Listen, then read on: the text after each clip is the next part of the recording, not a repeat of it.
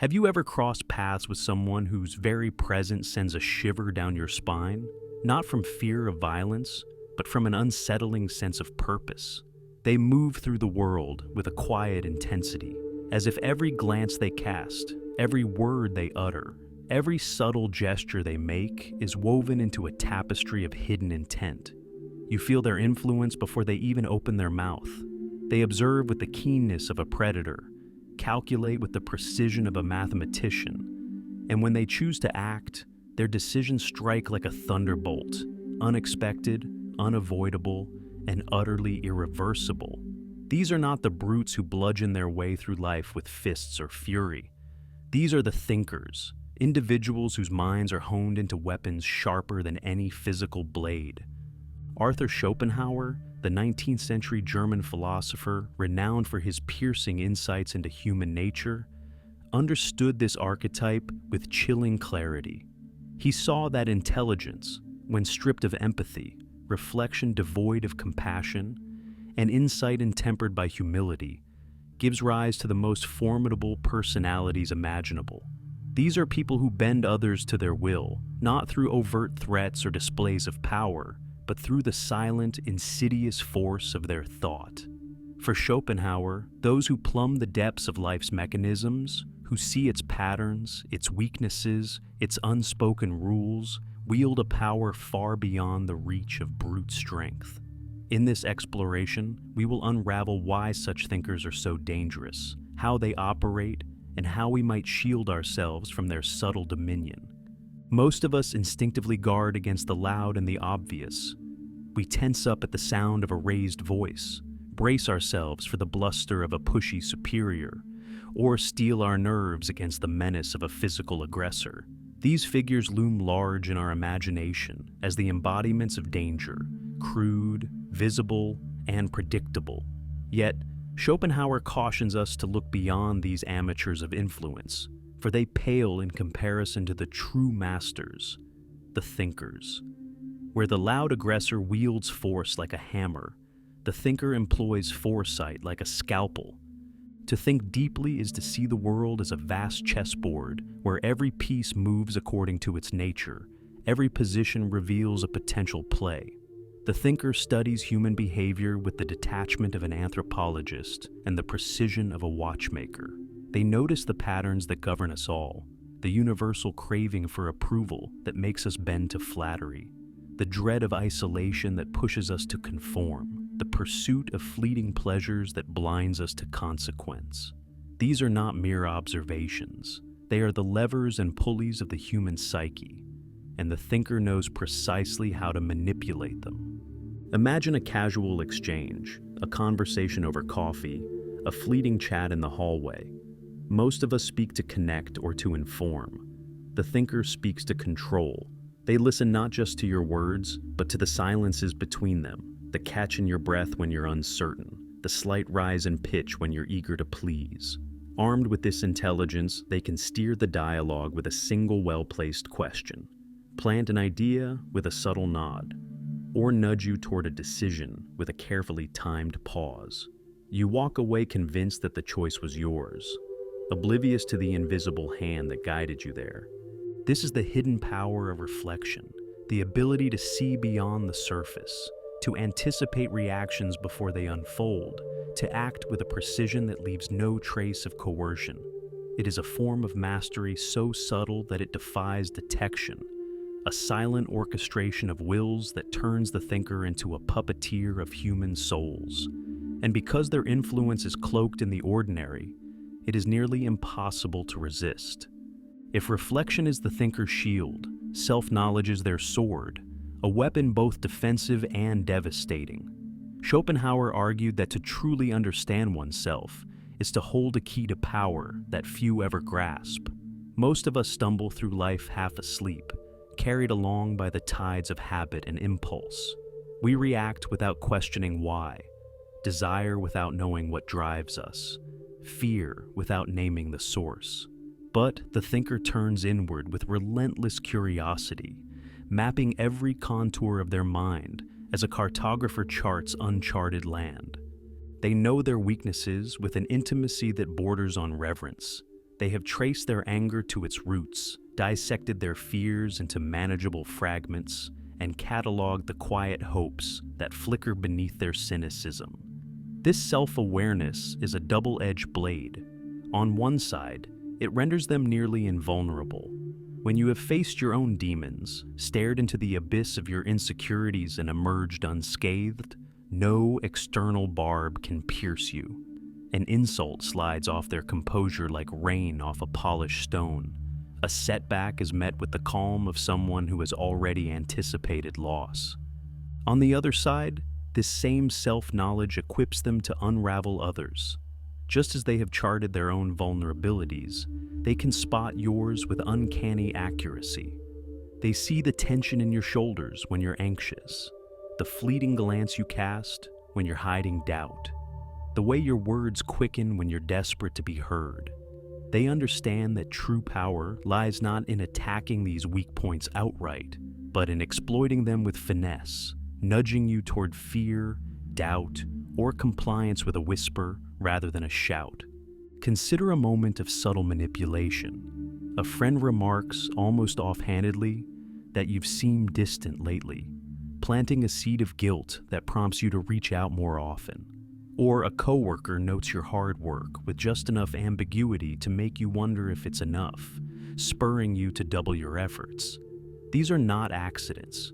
They are the calculated strikes of a mind that knows itself, and, by extension, knows you. The thinker wields self-knowledge not as a mirror for introspection, but as a lens to magnify your flaws and turn them to their advantage. Schopenhauer did not celebrate deception, but he recognized its potency in the hands of a thinker. Truth, he observed, is a rigid chain that binds both speaker and listener to the real. Deception is a silken thread that frees the speaker to weave reality as they see fit. In the thinker's grasp, it becomes not a blunt tool of betrayal, but an art form of unparalleled elegance. Yet the thinker shuns the crude lie, for it is a fragile thing, easily exposed, quick to shatter trust. A discovered falsehood collapses their influence like a house of cards in a storm. Instead, they master the craft of half-truths, omissions, and suggestions, constructing a narrative so seamless that its gaps go unnoticed. They offer just enough truth to anchor belief, just enough ambiguity to steer perception, and let your own mind fill in the rest. Picture a scenario. A manager casually mentions that a looming deadline might be tricky if handled a certain way, nudging you toward their preferred approach without ever issuing a command. Or a partner hints at a vague disappointment. "I thought you'd be more excited about this," prompting you to adjust your behavior to restore harmony. These are not lies in the conventional sense. They are shadows cast with surgical precision, guiding you to conclusions that serve the thinker's ends. This strategic deception accumulates over time, shaping not just individual choices, but entire relationships, careers, and worldviews. Its genius lies in its invisibility. You believe you are acting of your own accord, that your decisions spring from your own well of reason. By the time you sense the strings, they have already tightened, and the thinker's will has become indistinguishable from your own. We cling to the comforting notion that kindness is a bulwark against manipulation, that if we are honest, generous, and trusting, others will mirror our goodwill. Schopenhauer dismantles this illusion with sober clarity. Kindness without discernment is not a shield. It is an open door. The benevolent heart lays its treasures bare, and the cunning mind sees every gift as a tool to be turned. When you offer your time, your empathy, your resources, you reveal what matters to you most. The thinker watches this generosity unfold, noting every gesture, every sacrifice. They may repay it with warmth, lulling you into a false sense of security, or they may hoard it as leverage, a debt to be called upon when the moment ripens. Your kindness becomes a currency they spend, a bond they tighten, a chain they wield without ever naming it as such. This is not to say kindness is a flaw, far from it. Schopenhauer urges not its abandonment, but its tempering with wisdom. Be generous, but know your limits. Extend trust, but guard your core. Say yes with the same grace you say no, and let neither choice leave you exposed. The thinker who balances kindness with boundaries commands a rare power. Their goodwill is genuine, yet never boundless, earning respect without inviting exploitation. Contrast this with the naive giver, whose every act of care is a step toward entanglement. The thinker sees their openness and tests it, pushing gently at first, then more boldly, until gratitude morphs into obligation. To protect yourself, you must learn to offer without overextending, to care without surrendering your autonomy. Kindness is a virtue, but only when paired with the vigilance to preserve it. For all their brilliance, thinkers bear a hidden fragility, the risk of intellectual isolation. To dwell too long in the sterile chambers of the mind is to drift from the warm, chaotic pulse of human emotion. Strategies conceived in solitude may falter when met with the unpredictability of tears, laughter, or defiance. A thinker who forgets feeling may craft a perfect plan only to watch it splinter against the stubborn reality of the heart. Schopenhauer insisted that true wisdom marries thought to emotion.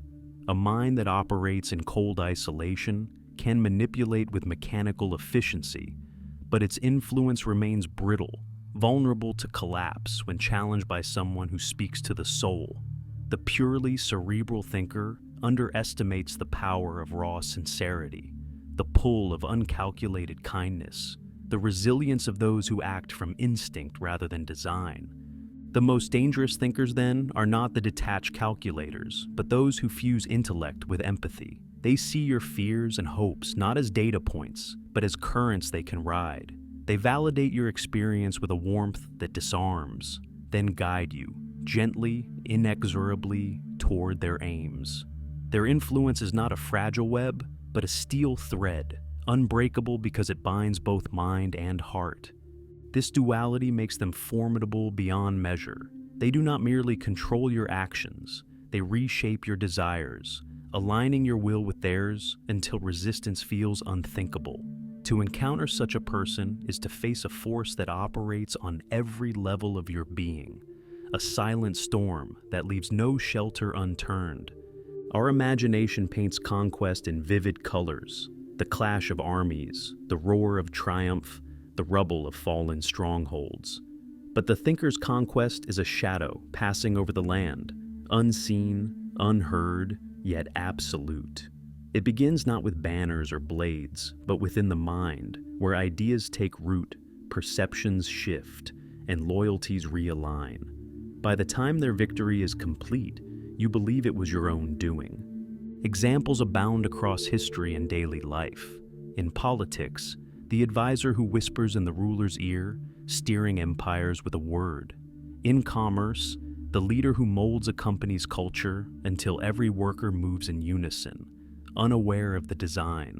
In love, the partner who sculpts your self-image until you become the reflection they desire, all without a hint of force. This is power at its most enduring, for it leaves no scars to resent, no chains to break. The conquered defend their own subjugation. Convinced they chose it freely, they champion the ideas planted in their minds, uphold the systems that bind them, and turn against any who question the order.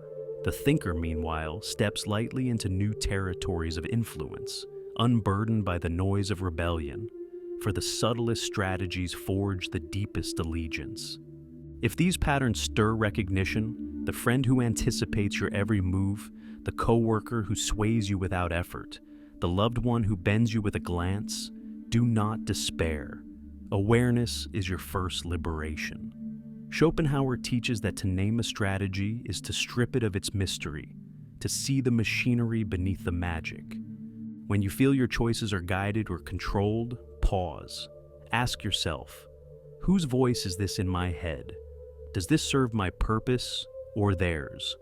When gratitude weighs like a debt, question whether it was earned or engineered. When admiration edges towards surrender, reclaim your ground with quiet boundaries, small at first, then resolute. You need not match their cunning. You need only refuse to be their pawn. Strength lies in pairing self-knowledge with integrity. Know your own mind as fiercely as they know theirs, and let your actions flow from a core they cannot touch. Be the fox who spots the snare, the lion who stands unswayed. Trust is your gift to give, not their right to take. Offer it sparingly to those who honor its weight. In this shift, you rise from quarry to equal. The thinker's shadow no longer looms. You meet it with your own light. You see the silent calculations ticking behind their eyes, and you choose your path with eyes wide open. The most dangerous people are those who think, but the most unshakable are those who grasp thought's power and guard their minds as fiercely as their hearts.